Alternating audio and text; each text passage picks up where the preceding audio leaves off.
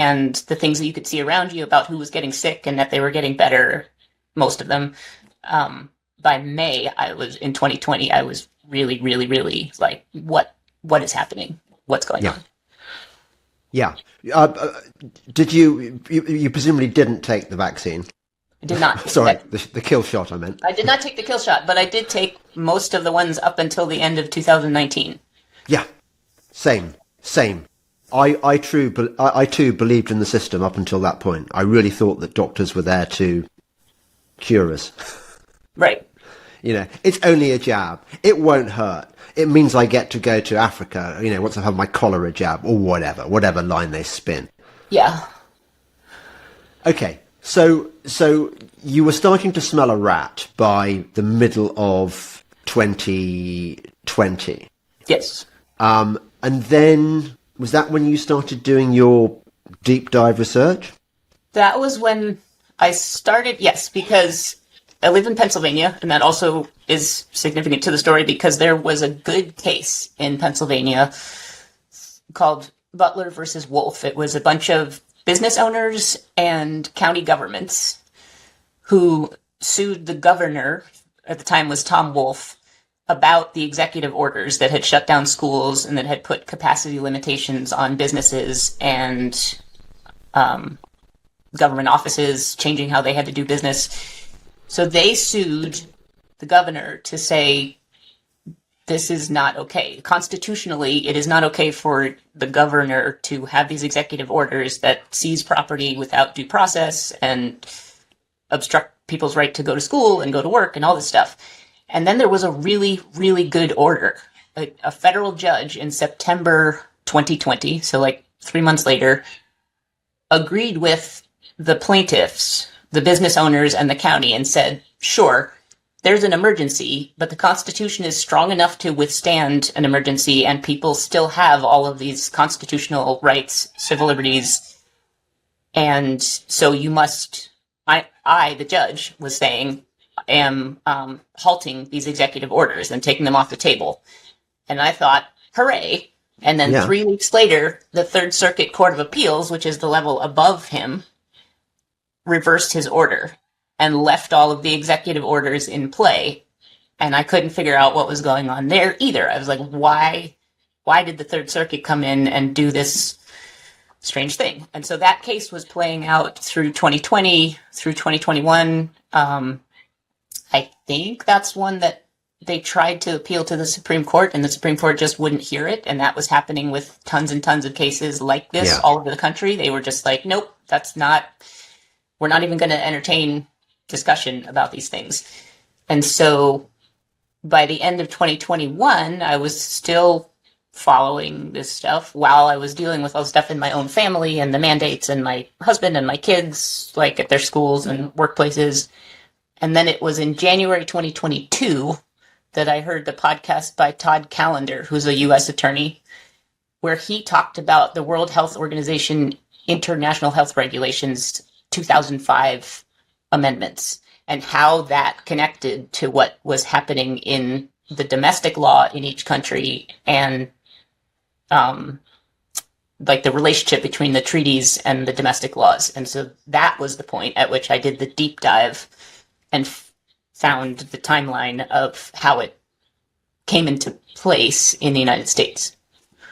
Right. Yeah. Well, you seem to have quite a good memory. I'm going to ask you to take me through that timeline in a moment. But you see, this is one of the things that appeals to me about you, Katherine, that particularly in the last 3 years, I've become excruciatingly aware of the true nature of the world and the corruption and manifest evil of the system. It is not the version of events that is sold to us by our parents, by our teachers and stuff. It's altogether different. But what I love about what you've done is that you've gone to the trouble of looking at the really boring stuff, the boring but important detail, the stuff that demonstrates this isn't some kind of tinfoil hat nutcase stuff. This is real. Yeah, I actually don't find it boring at all. I find it extremely interesting. So Oh, well, thank you, Catherine, for finding it interesting. We need people like you. So Yeah. tell me what you found.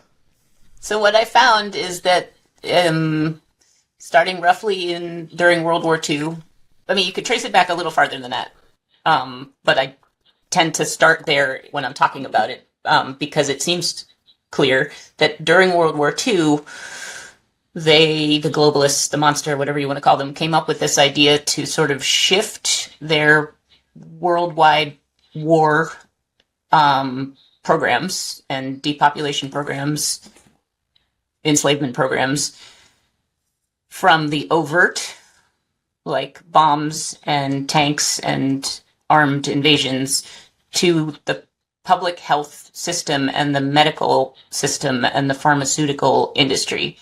And they did some, I think of them now as like pilot projects, is what Auschwitz and the other concentration camps and the Aktion T44 for the eugenics programs. And then there was a pushback, and they did the Nuremberg trials that seemed to send the message to the world, this is not okay.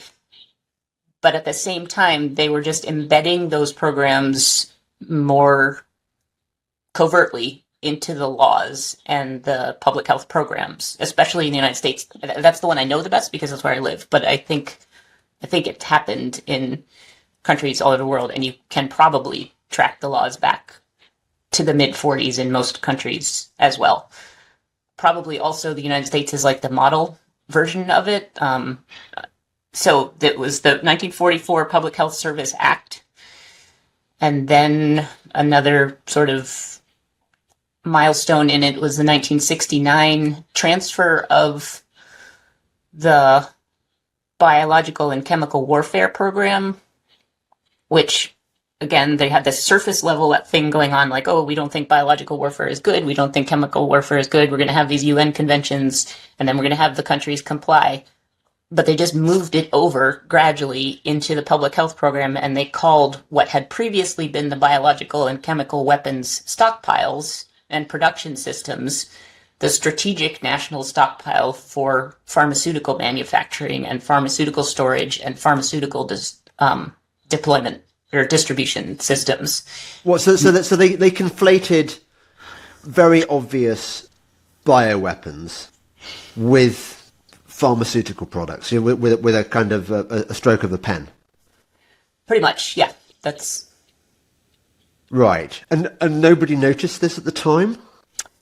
I don't know who noticed it, and I think they were really good at reframing, and like they are very good at presenting the argument that there are these terrible threats, there are these terrible communicable diseases, there are these terrible people who might come up with chemical and biological weapons, and we need to have these things as defensive prophylactics or treatments in case these terrible things actually happen, when in fact those are pretextual. Like, they're just making weapons, but to get people on board, they say it's defensive and that you will take them to protect yourself from this external invisible threat. Yes. But I think you said before, they cannot but be offensive weapons. By nature, they are not defensive. Right. Because of the complexity of the human body, because of all of the things about how chemical and biological things interact with living organisms, and the uniqueness and mostly the complexity. The fact that the human body is understood to some level by thousands of years of doctors and people trying to understand how it works, but we don't understand it in like any sort of complete way as far as all of the ways that the systems interact with each other and the signaling pathways and everything.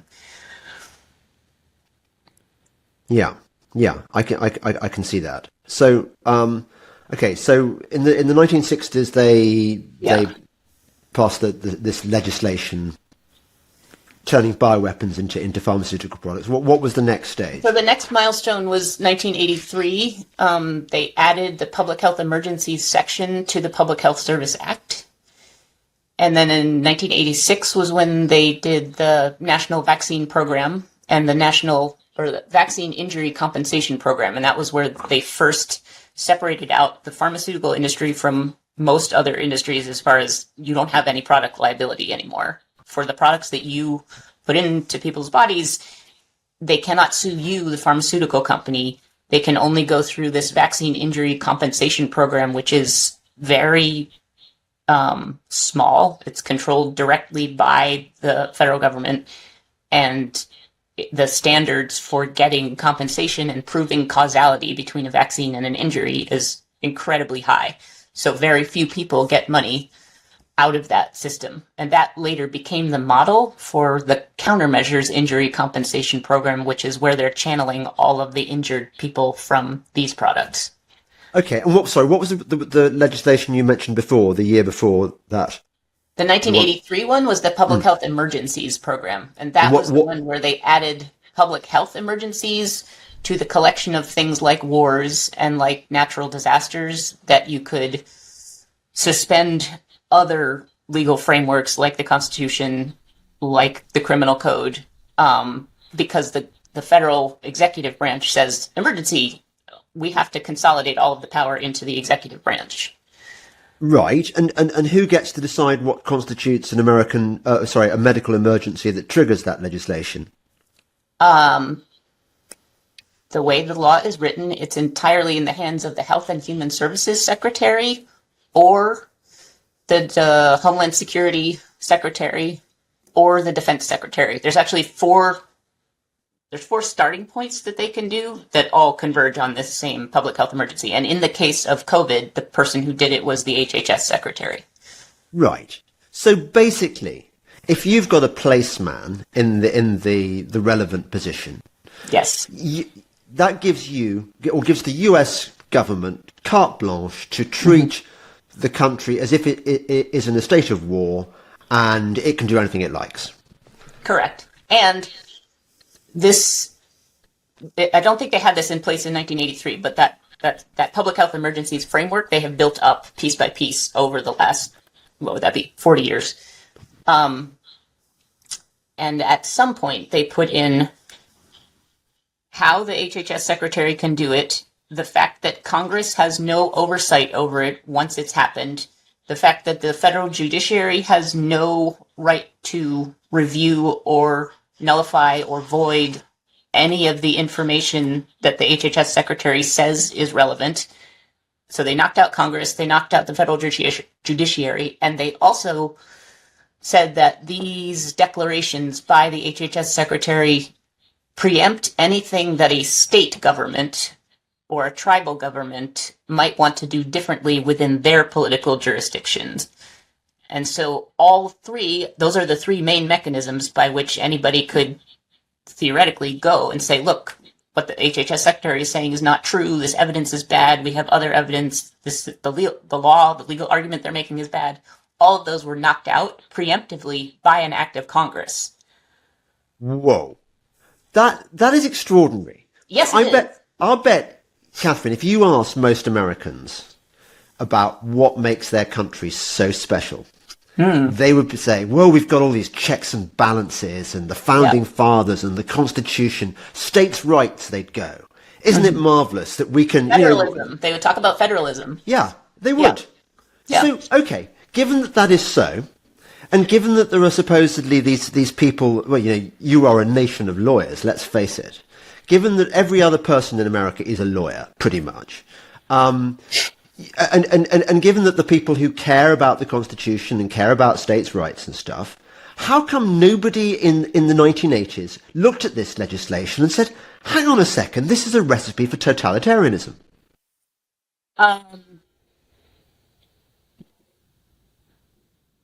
That's a good question, and it has to do with what I said before about they were properly primed to be terrified and to think that this is a good circumstance under which to throw all of that out. Probably because disease, exactly. Probably bribery and blackmail and extortion play a pretty big role. Profiteering plays a pretty big role. In the mid-2000s, a lot of the pieces came in, especially one called the Project BioShield Act, and that was the one where they put most of the emergency use authorization stuff into place with that law.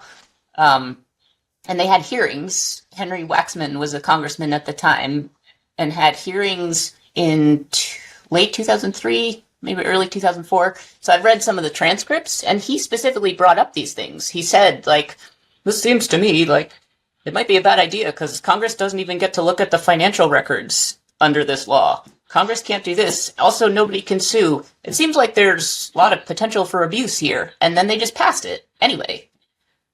And some of it is because of when they did it. Like, they did a lot of these things during the week between Christmas and New Year's. Oh. Yeah. When nobody's... Like the Federal Reserve, the founding at the Federal Reserve. Yes. And so... And they tagged it on to other bills, like the... I'm going to get this... The PrEP Act is the other main one from the mid-2000s. And that one was the last 14 pages of a supplemental appropriations bill related to the Department of Defense and Hurricane Katrina. And so it was stuff that they had written long beforehand. Yeah. And then they found this, like, Hurricane Katrina was in 2005. Oh, we need to give extra money, blah, blah, blah. And so they just tacked it on, and it got passed on, like, a December 31st, 2004 or something like that. I might have the date wrong, but it was like New Year's Eve, pretty much. And just remind me again what the legislation in 1986 was. 1986 was the Vaccine Injury Compensation Program and the National Vaccine Program. Yeah. And presumably there are lots and lots of vaccine injured in the US right now who are not getting compensation because of the strictures of that, because of the... It has been so arranged that they won't get payouts. Yeah, it's a tiny, like, it's a special master program, which I don't even know that much about how special master programs work, but it's outside the regular civil court. There are only certain lawyers who are allowed to appear there. There's only certain types of evidence that are heard there. It's not as public as a theoretical civil trial process would be. So yes, it's extremely narrow as who can get compensated, and that the amounts of compensation are tiny. So I'm going to ask you the same question because, like, okay, 86, you would have had... Did you have the thalidomide problem in America? We did, yeah. Yeah. Okay, so everyone knew, but everyone of our generation knows about thalidomide. Everyone in the 1980s would have known about this. They wouldn't have been thinking that pharmaceutical companies were these unmixed blessings. They would have recognised that they could get it wrong. So again, surely there should have been more scrutiny to legislation which gave pharmaceutical companies carte blanche to produce these experimental treatments and not face any consequences if they got it wrong. Yeah, I mean, there is the regular stuff about profiteering and stuff. There is the stuff about telling people this other thing is more scary, and so we need these products to respond to this other thing that's more scary. And the way that they put it then was, if you don't give the pharmaceutical companies the liability exemption, there's not enough profit in it for them to do the R&D, which they didn't actually end up doing most of that, as we now know. But the argument was, we have to take that obstacle out of their way so that they will produce these things, and we, the government, will promote them and require them on the childhood schedule and get people doing it. I mean, now, looking back, you can tell that what it was just a covert way of injecting people with poison over a long period of time. So that's what they were really doing. And some of the people who were writing these laws knew that, and some of them didn't. And the ones who didn't found it plausible that you needed to incentivize the companies to do this by telling them you're not going to have to face any consequences if your product injures or kills people, because the people who knew that that was the purpose of it knew that that was going to happen and wanted to, like, make this shield. Yeah, they're really... I mean, I suppose they've got so much money, they can buy the most devious lawyers and PR people to... And politicians. And politicians, yeah. Okay, so that was the one in 86, and then what's the next legislation that... So then there was the the Patriot Act, the Homeland Security Act. 9/11 was, I can now look back and see, like 9/11, setting aside the planes, there was the anthrax attacks on Congress, and those were mostly sent to Congress members and to the media because that was a pretextual terror campaign to drive this next sequence of congressional laws that came in 2000, 2001, right on up to now. And so the ones I talked about already are Project BioShield Act in 2004 and the PrEP Act in 2005. And then at the website, I have the timeline with many, many more of them, but they're all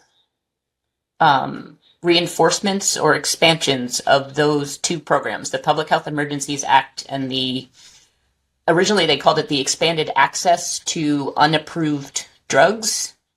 That was in the late 90s. And then that's the foundational one on which the emergency use authorization system was built. So it's those two. 42 USC 247D is the public health emergencies one, and 21 USC 360 BBB is the expanded access to unapproved drugs, which is basically just expanded deployment of prohibited bioweapons, renamed so that people would think it was not a war crime. This stuff, it sounds so crazy. I know, it does. Every time, like, I'm past the point of thinking it's crazy anymore, but for like the first whole year, I would be like reading this stuff and being like, oh, no, that can't be what that means. No, that is what that means. Like, your own mind says this is too crazy to believe. And then you keep going and then you look around at what's happening and like, they did do mask mandates. They did do vaccine mandates. They did all this stuff. That is what these laws enable. And so it comes together between what you can see in the world and what you can see in the laws. And after quite a long time of struggling with it, you're like, okay, yeah, that is what it is. Yes. You mentioned that in your other podcast that when people tried suing Pfizer came back with no, we're legit. We're bulletproof because of this legislation. Can you take me through that a bit? Yeah, that's Brooke Jackson's case. There's a third piece that I did not talk about so much called the Other Transactions Authority that has to do with the financial side, how the contracts are written outside of the normal federal contracting provisions. And so the three pieces that came into play in Brooke Jackson's case against Ventavia, which was a subcontractor. Brooke Jackson was the whistleblower, wasn't she? Brooke Jackson, yes, she's a clinical trials manager who got hired by Ventavia, a subcontractor to Pfizer, to manage 3 clinical trial sites in Texas. And she got hired in, I think, late August of 2020. So this was during Operation Warp Speed. And she was only there for about 3 weeks before, like immediately when she got there, she noticed that all kinds of things were wrong. She knew what a clinical trial was supposed to look like, and she knew that what she was seeing there was absolutely not what a clinical trial should look like. Safety problems, recording problems, everything.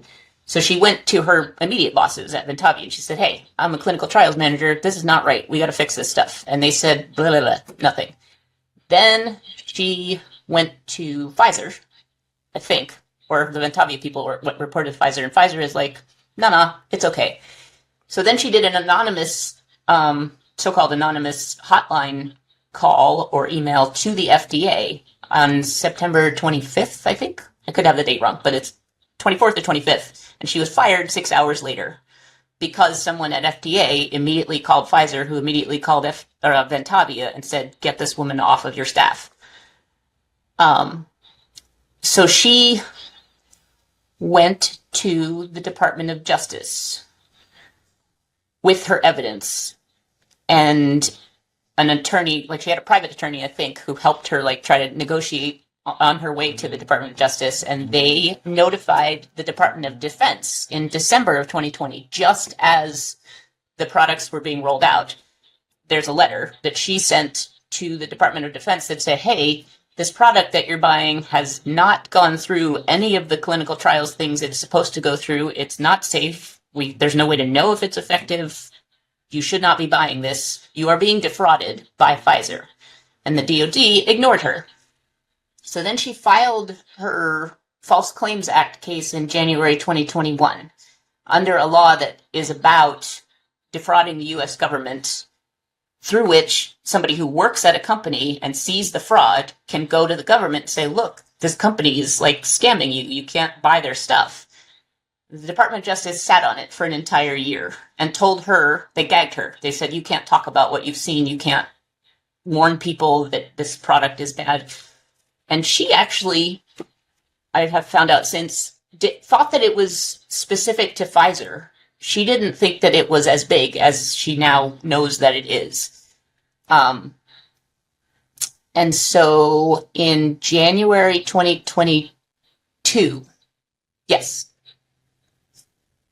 losing my dates, the U.S. government finally said to the judge, we've looked at this stuff. We don't think there's a case here. We're not going to investigate further. We're not going to prosecute Pfizer. And at that point, she had the option under the False Claims Act to take on the case herself with a private attorney, which she did. That was when she hired Robert Barnes to be her attorney.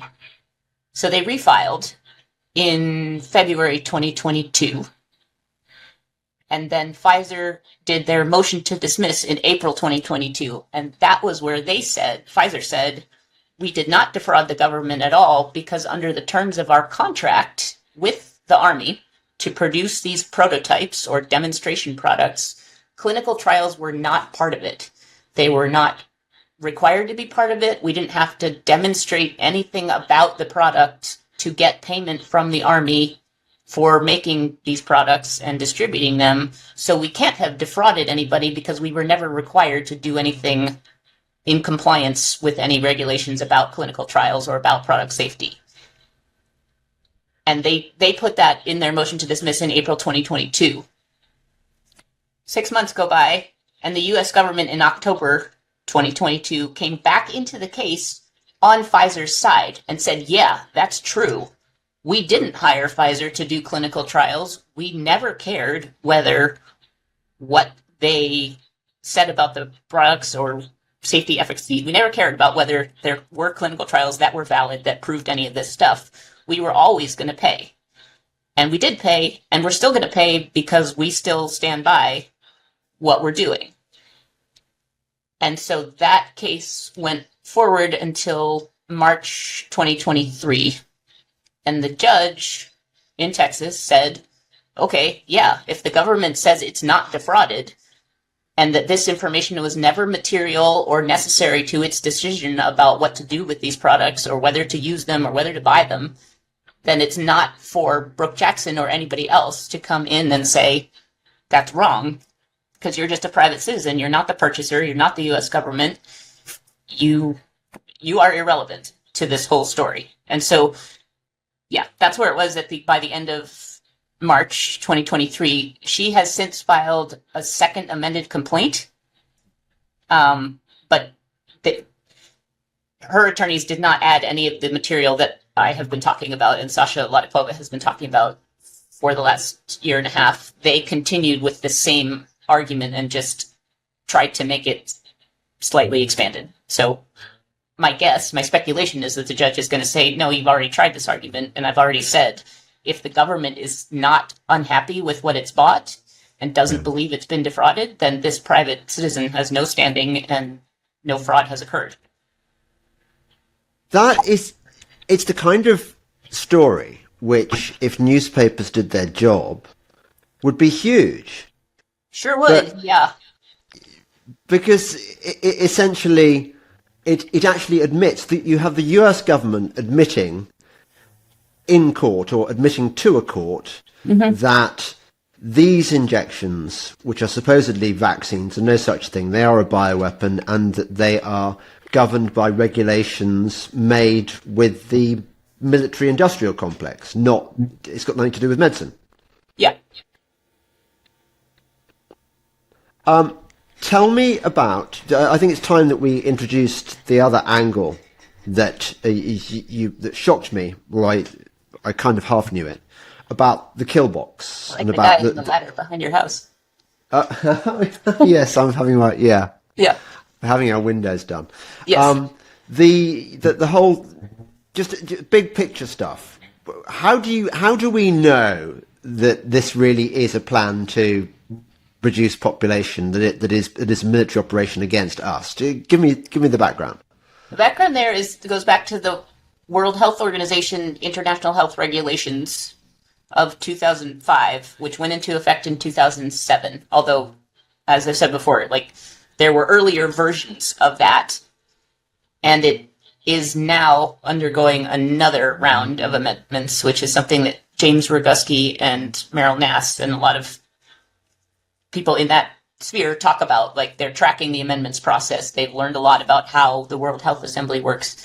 But the 2005 ones, which went into effect in 2007, were the ones that added requirements on member states to adopt and enforce their own communicable disease surveillance, quarantine laws, treatment development laws. And so those are the things, and I say this in as much as I can. I think it's a two-way kind of a thing. Like it looks as though the World Health Organization is imposing these things on the United States in some ways, but also the United States is probably the place where it starts as far as like the writing of these things and the pushing them through the World Health Organization. So it's like a feedback loop.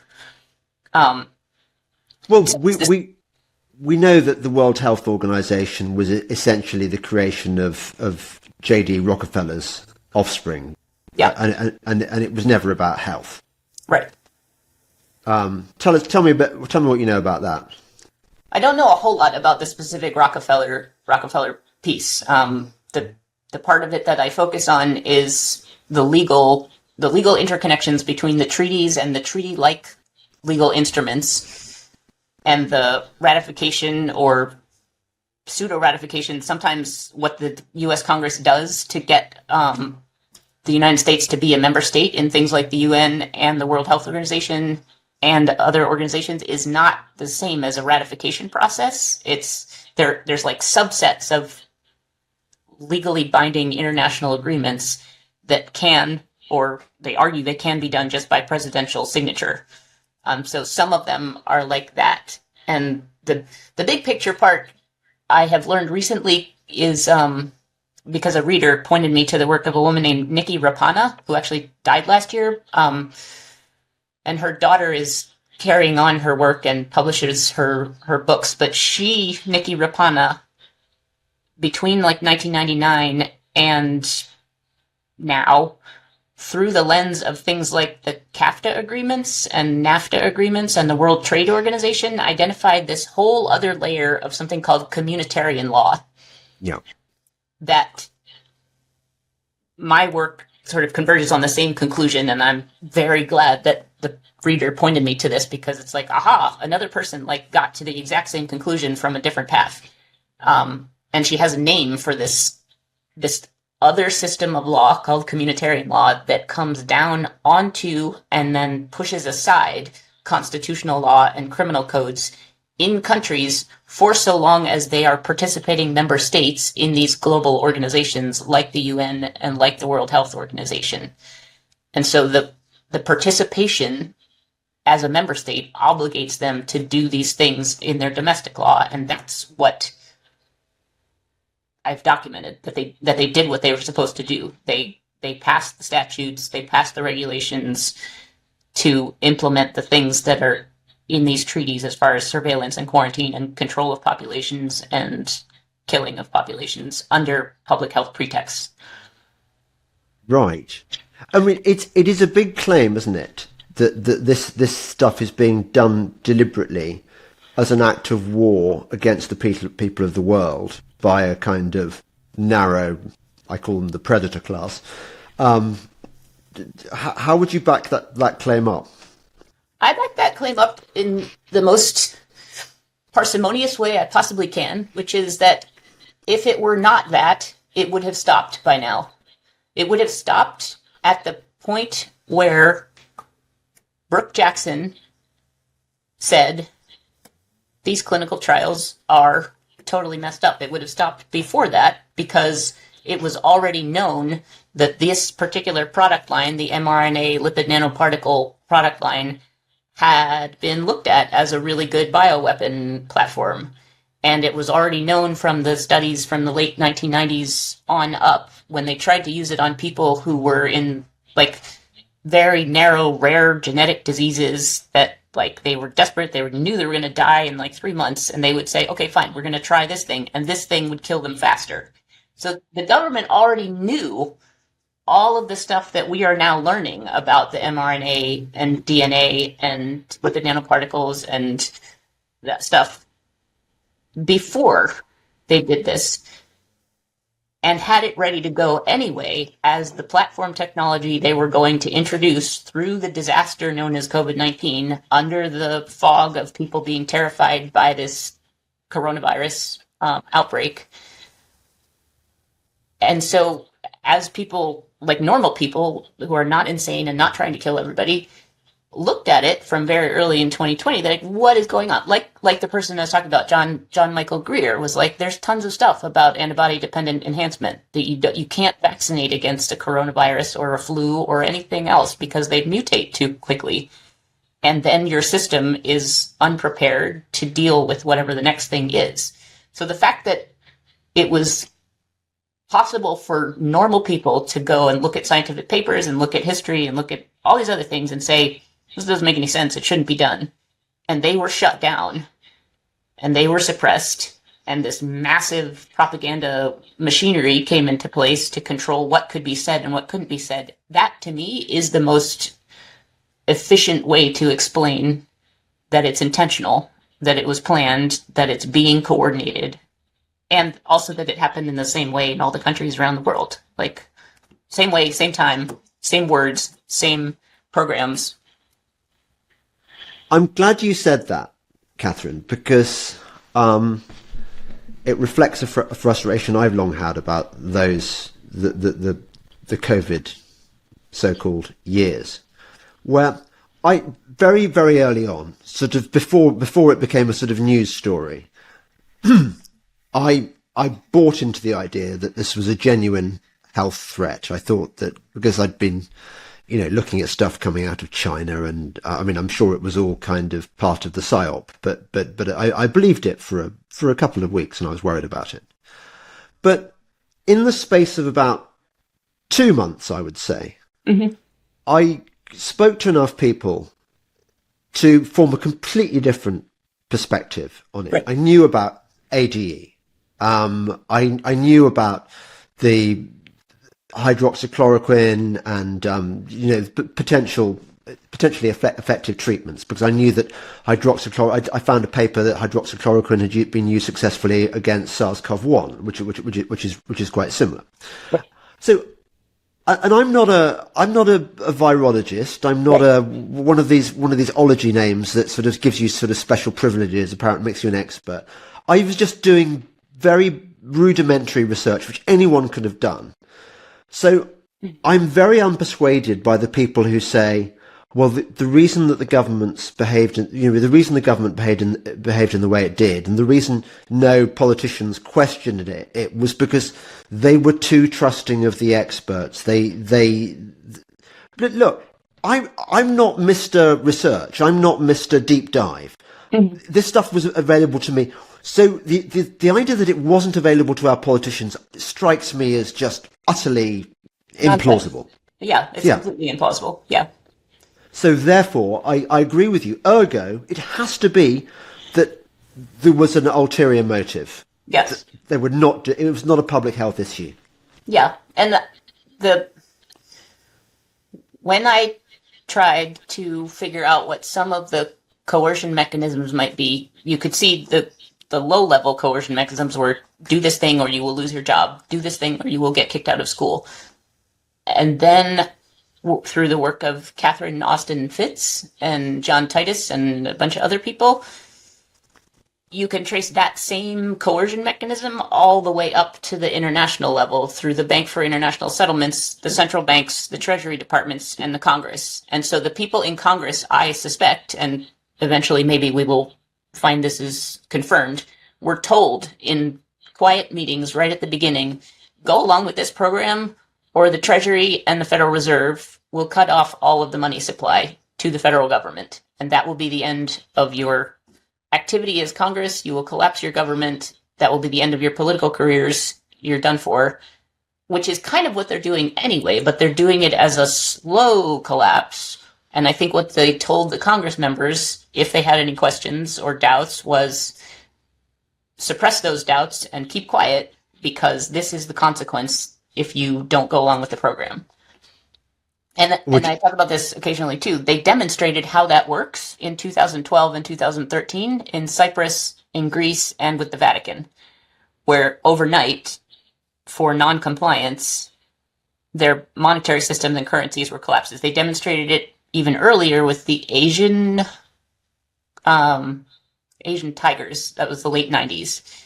And there's another person who has, I think she's also passed away now, Joan Veon, V-E-O-N, who has done a ton of work around how that financial manipulation led by the Bank for International Settlements, carried out at the nation state level by the federal central banks, and imposed upon the Congress and the courts and the states works. It's a dangerous occupation, this, isn't it, Catherine, for people who are researching this stuff? You haven't mentioned Rosa Koya, if that's how you pronounce her name.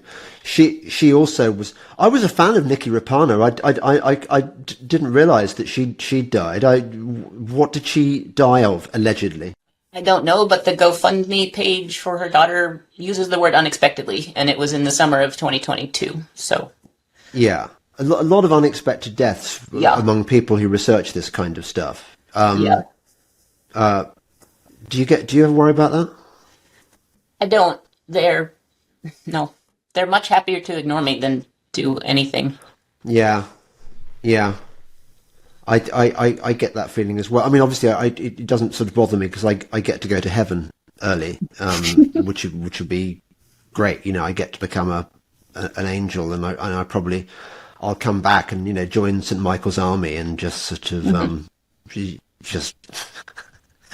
But yeah, it. Particularly in this area, I've noticed though, it really is people who've worked out the mechanisms. Rosa Koya, sorry, poor Rosa. I don't want to misrepresent her name. I don't know how to pronounce her name either. Nikki Rapano. It seems you need a kind of weird name to get in this game. And who was the other one you mentioned? Well, Catherine Austin Fitts. No, she's still with us happily. She's still with us. But also, let's not forget. President Magufuli of Tanzania, yes, and the two other African heads of state who died mysteriously in that period.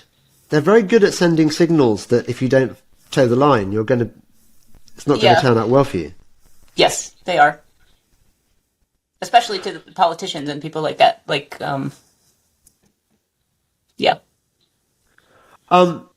The Bank of International Settlements, is that the one with that enormously fat man, Augusto Carstens? Augustin Carstens, yep. Augustin Carstens, yeah. So tell me about them. What are they? The top, the big cheese? I think they're the top. I think the administrators there are the frontmen for the top. The owners, whose names are generally not known, and I don't put any effort into trying to find their names, are the ones driving the project through the mechanisms that they have built through the Bank for International Settlements and the treaties and international conventions that control participation in the Bank for International Settlements.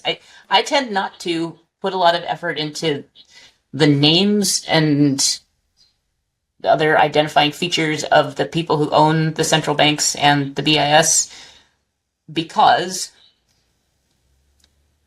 I don't think they are gettable, and I do think that their next level down is gettable. I think people like the administrators and cabinet secretaries in the United States who are carrying out the orders are the ones who are visible. Their names are on the orders that have been signed. They go into offices and present themselves as being representatives of the U.S. government. Congress members, I think, are gettable. And so I think that's a more useful place to put time and energy. And so that's where I put it. But I think you say it's they're treason. gettable. The crime category that is being committed is treason. And so that's what I'm focused on. I agree with you that there's probably, in my limited expertise, a strong case against them. But the question is, given that your legal system, I mean, you saw as the Third Circuit, was it Third Circuit? You say all the circuits are doing the same basic thing, but yeah, the one in Pennsylvania is the Third Circuit that came in.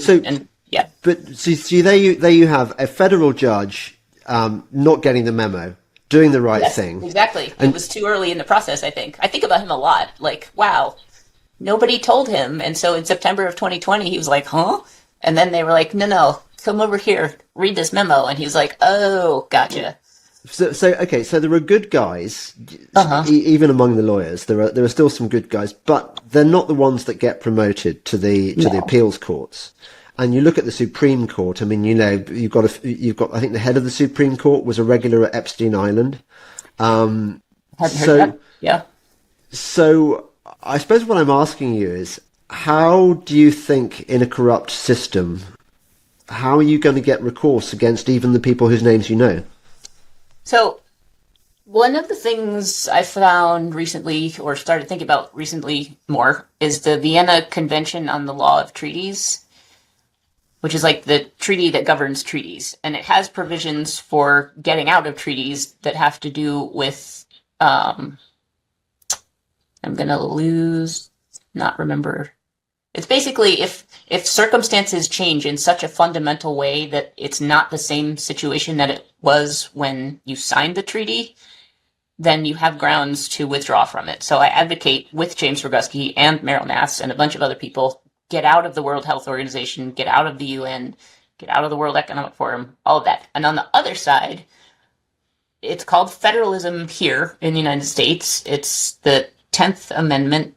So it's part of the Bill of Rights that all the powers not specifically granted to the federal government under the Constitution are reserved to the states and to the people.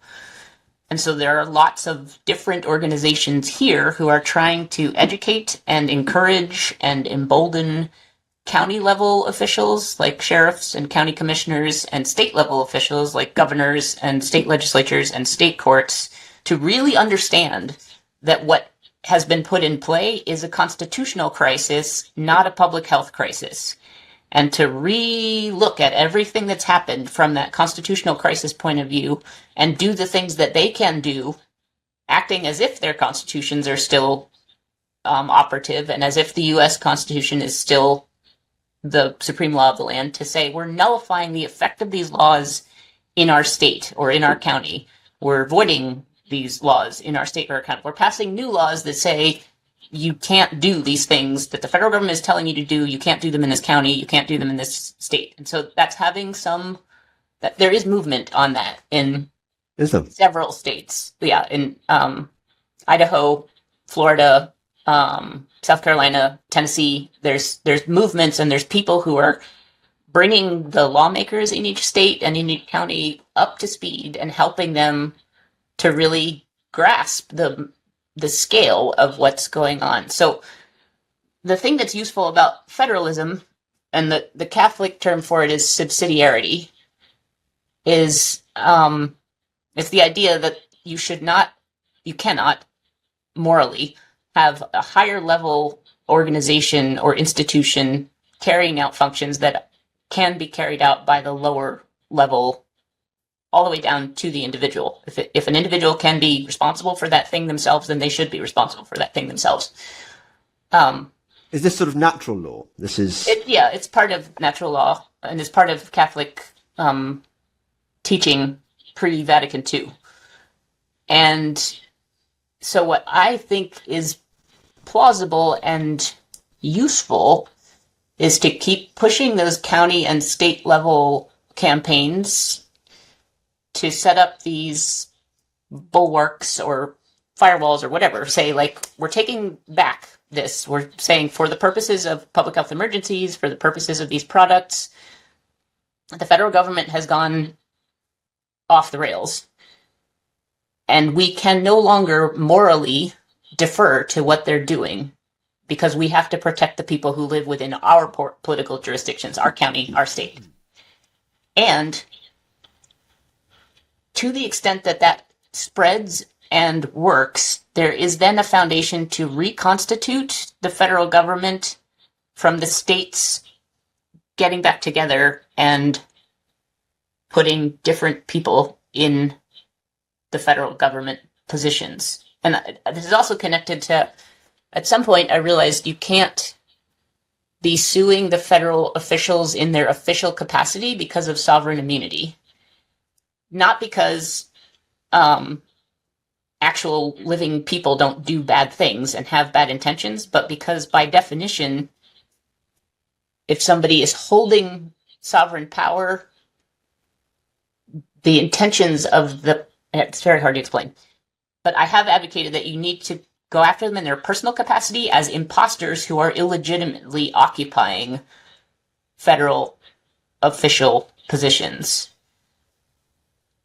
And from that point of view, the federalism is kind of like an amazing thing because the original federal government was formed by the consent and participation and action of the states coming together saying, okay, here's going to be a federal government and these other things are reserved to the states. And that same thing can happen again as a sort of pull it back to the states and then have them reconstitute a new one from the foundation. And this is the point where I diverge from the sovereign citizens movement. I don't know if you've heard about them. Yeah, I've heard of it, yeah. Yeah, they are some of the most frequent commenters at my site for obvious reasons because they think about these exact same things. But I think there needs to be a credible chain of transmission of power over time, political power. And they, at least some of the ones I've talked to, don't think there has been any legitimate government anywhere in the world since about 900 AD. And I think there was a legitimate government until about January 2020. Even if it's corrupt, yes, it's corrupt. Yes, they're blackmailed. Yes, they're extorted. They're profiteering. They're doing all these things. But the structure was okay until this public health emergency constitutional crisis thing slammed down. And 4 years of events is not too far to have it get pulled back to the states and the counties as they realize what's gone on, and then have the states and the counties refill those vacated offices later. And it also depends on saying the Constitution really has to stand how it is. Like, there are also people who are like, let's have a new constitutional convention. Let's start over. And I don't think that's a good idea either, because the same people who have manipulated this entire series of events going back to the 1940s are more than capable of manipulating a constitutional convention to say, we're just going to subordinate everything in the United States is now under the United Nations. End of story. And that is not good. Yeah. Did I infer that you are a sort of pre-Vatican II type Catholic yourself? Yes. So give me your take on your big picture take on what's going on. I mean, do you share my view that ultimately this is a spiritual war between good and evil? Absolutely. Yeah. And if I had not come to that conclusion, I would have collapsed in a puddle on the floor in 2020 and been unable to do any of the stuff that I've done. I clawed my way back, and God came to meet me in 2021, and yeah, that's why I've been able to look at this stuff and really look at it and see what I'm seeing and talk about it, because it's, yeah. Because once you start drilling down, once you go down the rabbit hole, frankly, and you realize just how big this thing goes, and how long this has been going on, and the level of the corruption, and the depths of the evil. It can only be, surely, that as it says as Paul says in Corinthians, that the devil is the god of this world. I mean, he's calling the shots temporarily, I think. Yeah, prince of this world. Yeah. Yes, that is my understanding of. There's a lot of good passages in C.S. Lewis that I like about like we're Jesus Christ's like secret army in occupied territory, and Yeah.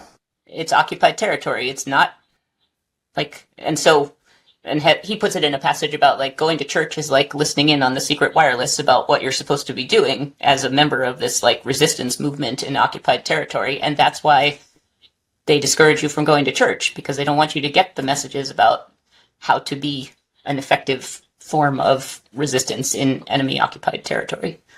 Well, yes, and whenever I have doubts about my own the grounds for my own faith, which is not that often, but one occasionally gets a bit of a sort of shake, I look what the other side are doing, look what the enemy are doing. Yes. Yeah. And seeing who it is that they worship. I mean, you say you haven't, troubled yourself too much to discover the names of the people at the sort of the top of the pyramid, or rather at the bottom of the inverted pyramid, you might say. But I mean, who they worship and what they get up to in their sort of rituals. Yes. When we talk about stuff like this, sort of normal people think we're just crazies. Some of them do. Some of them don't. Some of them look at it and say, a lot of stuff that did not make sense without this framework does make sense with this framework.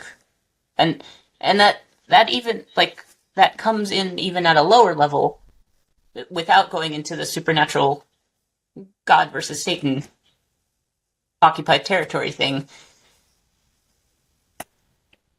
There are many things that are not explained well by just saying Pfizer captured the FDA, or the FDA is incompetent, or there's profiteering going on and they just want to make a lot of money. And those things do make sense once you understand that Pfizer and the FDA and the US military are all working together on this intentional killing program. That they don't talk about being an intentional killing program because they don't want people to know that it's an intentional killing program.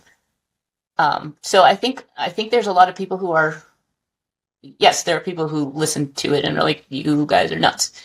But there are also a lot of people who think that the whole situation is nuts, and this helps make sense of it. Yeah. Yeah, it does. Why do you think they want to kill us? Well, one thing is they want souls to go to hell.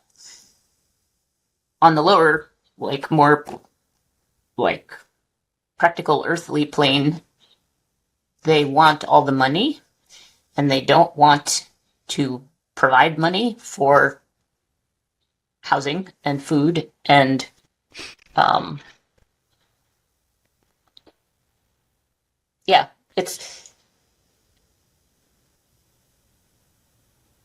it's weird. It's just very weird. Yeah. You say that they want souls, which I get, but you mean they want the souls of the people who go along with the evil, or they want the souls of the people who too, and they want the souls of the people who would have had time to make their way to better connection to God, but won't have that time because their lives have been shortened. Right. I think is some of it too. I think the budget thing is part of how they sell it to people. They're like, there's this massive debt, and there's these massive entitlements, there's pensions, and everything like that. Your budgets at the state level, your budgets are messed up. And I think on some level, they they have been able to persuade some of the state governments in the same way that they persuaded the federal governments. Like, you can't keep going like this. There's too much debt. And the debt is because of the same way that the central banks have like manipulated everything. So it's another one of these self-reinforcing loops where they make the problem and then they say the solution to this problem is to get rid of your people. The solution to the problem is to reduce the lifespans of your people so that they're not. And also, like, solution to the problem that we created by messing up the economy by like offshoring industrial jobs and everything like that. So now you have all these people on unemployment. Well, if you can make them kill themselves with opioids or alcohol or suicide or whatever, then they will be off your books and your books will look better and your government will feel more stable to you. So that those are more of the reasons that are put forward for why they're doing it. Yes. Well, that's how they persuade the kind of the minions to go through with this. What would otherwise be abhorrent? It's kind of, it's practical. It's for the greater good. Yeah. And they use that a lot. They use the thing about do this or you'll be putting your grandma at risk, or do this or you're putting your grandchildren. You'll be able to see your grandchildren if you do this. Is this total perversion of the common good. This total inversion of what is actually good is not hurting yourself. What is actually good is not hurting other people. It is actually good to help other people, not to hurt themselves. And well, you're familiar with the concept of satanic inversion. I mean, that's yes. how the world. Yeah, that's it in a nutshell, isn't it? Yep. I'm curious. I don't want to be prurient, but I'm curious about your kind of your awakening. Well, I call it going down the rabbit hole. I don't know what you would call it, but was there ever a time in your life when you trusted the system, or? No, because the injury to my trust in authority was super early. Right. I see. And super close. Like, yeah. Okay, so you've spent your life knowing this stuff. So you've actually never been through the stage where you lose friends because you've always been like this. I've always been like this, but I lost acquaintances and people that I did things socially with through COVID in a way that I didn't before. Like, right. I've never been very good at being close to people anyway, because I'm an introvert and all of these other temperamental trust things. But I did have friends that I did things with, and I could go places and do things with them. And then this happened, and because of the extreme break in terms of perception of reality, I can't talk about it with very many people other than the people I've met through doing this work, who I don't tend to live around where I live. And I find it very hard just to even be around the other people because I can't say any of the things that are the things that I think about and that I work on. So that part of the social isolation and loss has been severe and very profound.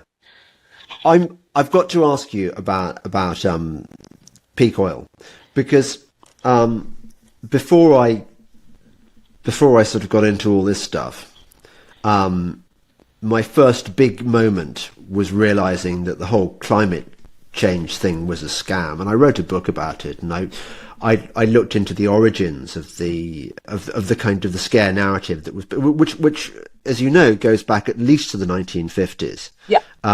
Although you could even argue that it goes back to the German Romantics, and it goes back to people like Ernst Haeckel, and they had wind farms, or wind towers as they were called, in Germany, in Nazi Germany. And there were the great blueprints for these enormous wind towers and all the kind of. So you see that the environmental movement goes back many decades. And one of the things I looked at was M. King Hubbard. Yes. Who was behind peak oil, This idea that there are these scarce resources, which it's sort of Malthusian, Yeah, and the Malthusianism, limits isn't to it? growth and the Club of Rome stuff. Yeah. Yeah, yeah. What do we know about that guy? I mean, apart from he's a charlatan. I don't know that much about that guy because my connection to the peak oil thing was that in 2005 I read Richard Heinberg's book, The Party's Over, Oil, War, and the Fate of Industrial Nations, or something. Right. And I found it very plausible because I thought at the time, yes, geologists probably can measure how much oil there is and Yeah. how much is left and how difficult it is to get it out and the energy return on energy invested. And if they Yes. are correct that this is the reason underlying the economy going down in the 70s because of the oil crisis, then they are correct that the proper response is to relocalize things and to have people growing more of their own food in their backyards, having more of their own farm-raised food in farms that are right around where they live, taking care Yeah. of their water supplies, taking care of their small businesses. This all makes sense to me. I will work on this. And then that was what led me into working with the Community Environmental Legal Defense Fund, which is an organization that came out of another project called the Program on Corporations, Law, and Democracy. And the people who started that in like the early 2000s, mid 2000s, well, no, actually, they started in the mid 90s, came upon the preemption doctrine and the merger of the corporate interests with the state interests and how that was suppressing and blocking local communities' ability to like protect their own water and protect their own food supply and protect their own economies, because the corporations would come in and say, we're going to do this thing. The local community would try to pass a law saying, no, don't do that thing. We're not going to let you do that thing. That's a thing that's bad for our people right in this town. And then the state would come in and say, no, you're going to let them do that thing. They're the corporation. We're the state that like gives the corporate charters. And under that system, your local town has no say in this matter. So that was an organization that I was involved with from 2005 for several years. And I worked on like local rights-based ordinances to try to preempt the preemption or block the preemption. And it wasn't until the whole story collapsed around COVID and the vaccines and all of the data that had been presented as being true that I was like, this is not true. This is not true at all. What else is not true? And I know this is what a lot of people have gone through. So then I went back and I was like, okay, they could be totally lying about everything they say about the geology and the oil capacity. They could be lying about all kinds of other energy supplies, like all the things that people that I was around were like, it's a conspiracy theory that you could ever have something beyond oil that also provides energy but is not nuclear, whatever. The whole thing collapsed at that point, but not because I don't think local control of food is important. I do think local control of food is important. I do think local control of water quality is important. I do think protecting your small local businesses is important, and having your local like currencies that are segregated from the global currencies and central bank digital currency. All of that is still true. It's just the peak oil part that is not true. Yeah. Because I could see, like, in whose interest is it that everybody believe this? It's not in the interest of the people who push these stories to have people actually doing local food and local water, and they don't tend to support organizations that are on the ground doing that. They support organizations that say fluffy things about communitarian law, like putting everything up to the UN, putting everything up to the World Health Organization. And I found that out firsthand too, because I started community gardens and small organizations around like learning how to do more stuff for yourself. And those kinds of things did not get any like local, like when there were grants available at the local level. My organizations that were doing these things did not get the money, but this other one that was about co-working and like, we're going to have this space where everybody can come with their laptops and work. They got like huge amounts of free, like commercial space to put in their thing that they didn't have to pay any rent on. And I looked at that, like, why? Why is that? They're not coming up with any way for people to like feed themselves in the event of a food shock or whatever. So yeah, that's kind of the story of where the peak oil and I parted company. And did you come across the notion of abiotic oil, that it's not a fossil fuel at all, that it's abundant? I have heard the term and I've looked at it super briefly, but yeah, I'm pretty quick about trying to keep myself on the rabbit hole segment that I work on because I know there are so many other rabbit holes, and I I think I'm better off sticking with the rabbit hole that I have started down. But I do know about some of the other ones, and that's one that I've heard of. Yeah, I think it's not even a fossil fuel, that's just part of the myth. Mm-hmm. Because people go, oh, if it comes from kind of fossilized trees, and there are only so many fossilized trees, therefore it makes sense that it should be finite. Yeah. But if it's not, right, if that's not how it comes all the time, yeah. Yeah. Yeah. Yeah. Well, so has your work affected your employment, or, I mean, have you suffered for your art? I have suffered emotionally. Yeah. I have suffered socially. I have not suffered financially. Substack is a pretty amazing platform, actually. I was looking for a long time for some way, but I have no very good skills in business management or coming up with ways to make independent investigative reporting financially sustainable. And Substack, for so long as it's not co-opted by people who would like to co-opt it, has been great. I've actually got an income from Substack writing that I never had before. Well, that's great. And I mean, I'm probably pretty unemployable now as a paralegal and stuff, especially locally. But I was doing a lot of independent contracting type work there anyway. The basic story is that I've never been much of a money-making entity, and so it couldn't get a whole lot worse than it was before, and it has gotten better. And my husband supports our family, so that's cool. Yeah. And he supports what I do. Like, he has never said to me, it'd be much better if you stopped going down these rabbit holes and started going to like an office job. He's like, no, I think it's good what you do, and our family's doing fine. We have a roof over the head, so keep going. So I think you've done great work, Katherine, and it's been lovely talking to you. A quick final question: how many lawyers do you think can pass through the eye of a needle? I have no witty answer to that. I'm sorry. That's a good question, though.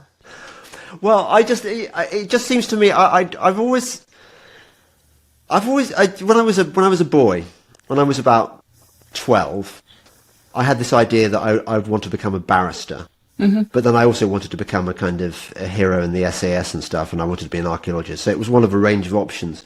But as I've got older, I've looked at the legal profession and seen what it does to people. Yeah. And what you've been talking about today. And it seems to me that these people are amoral at best. The same thing, I think, happens to them in their legal training that happens to doctors in their medical training. The training process itself is intended to separate them from their consciences, and built to do that, and it's very effective at doing that. And that one of the things that's been odd that I'm gradually getting more comfortable with it. When I started doing it, I thought of myself as like, okay, pretend you're a paralegal for a lawyer who will be interested in this, because you will save them a lot of time. If you come up with all this information and compile it and make it understandable, then when a lawyer shows up, or a group of lawyers that's like, what's going on? It won't take them at all long to read this stuff and be like, oh, okay, and then carry on from there. And they have not showed up. They are not interested. Many of them know about it. I talk to them, and they're just like, nope, not going down that road. So, but it's going to affect them as well. It's going to affect their families. I know, and I think they've just decided, like, okay, well, we'll just make the best of it till it's over. I don't know. I mean, some people have told me it's because they need to make a living, and I understand they need to make a living. Like, I have the luxury of, I can do what I do because of the way my life is set up. And if you have to earn a paycheck then you have to do it. Some people have said it's because the commercial or corporate product liability approach, like big tobacco and like OxyContin, looks to them like the way that there's going to be a payoff. And this legal structure that I talk about is completely outside of that. It's a constitutional, like foundational legal challenge situation, constitutional crisis. It's not a product liability thing, so there is no like possibility of a settlement. And the other thing I've heard is lawyers have tried to go after the Department of Defense and the military industrial complex, and it never gets anywhere, so they're not going to try anymore. And that goes back to what I was saying. Like, I think there is potential to have the momentum for the constitutional restoration come from the states and the counties through the federalist system, more so than, but I think there's an important place for litigation, because litigation is a communication tool also. It's a way to get information to judges, and it's a way to get information to the public that helps people understand this is a constitutional crisis, not a public health crisis. This is a war, not a like medicinal product campaign. And if you don't use that litigation communications channel, then it takes longer for people to understand what's happening. So that's the missed opportunity that's most frustrating to me about the disinterest of the legal community. Yeah. Well, I wish you all the best. It does sound like the way forward in my own country as well, the local level, because the higher institutions are just damaged beyond repair. But I think Brexit is also a cool thing that you have going for you there. Well, I think about that a lot. Like we thought it's not really, because it's the same people. Yes. We never got Brexit in any meaningful way, and because that by design. But yeah, we've got to clutch at these straws, haven't we? Really? Yes. Katherine, it's been great having you on the Gelling Pod. Where can people find your stuff? I am on Substack. It's called Bailiwick News, BAILIWICK News, NEWS.substack.com. And I don't have really any other social media. I have a Rumble channel, KG Watt, but there's not even that much stuff there. So, right, okay. Substack. I'll put a link below. Well, enjoy the rest of your Pennsylvania day. Thank you. Are you surrounded by kind of evergreen trees, and is that? No, I'm in a town that we have mixed hardwoods. What is interesting is that I'm in a kind of Amish area, and the Amish. Do you know about the Amish? I love the Amish. I love the Amish. Yes, we have a lot of Amish, and it was really beneficial to see how they handled it, because they were another real-time counterexample. They were like, okay, it's a cold. Let's get on with it. They all got sick, they all got better, and that was the end. And they don't take the vaccines, and they don't have to, because they're not... The way they're connected to the regular economy is by gig work of like construction and farm stands and stuff like that. So they don't have the same pressure to conform.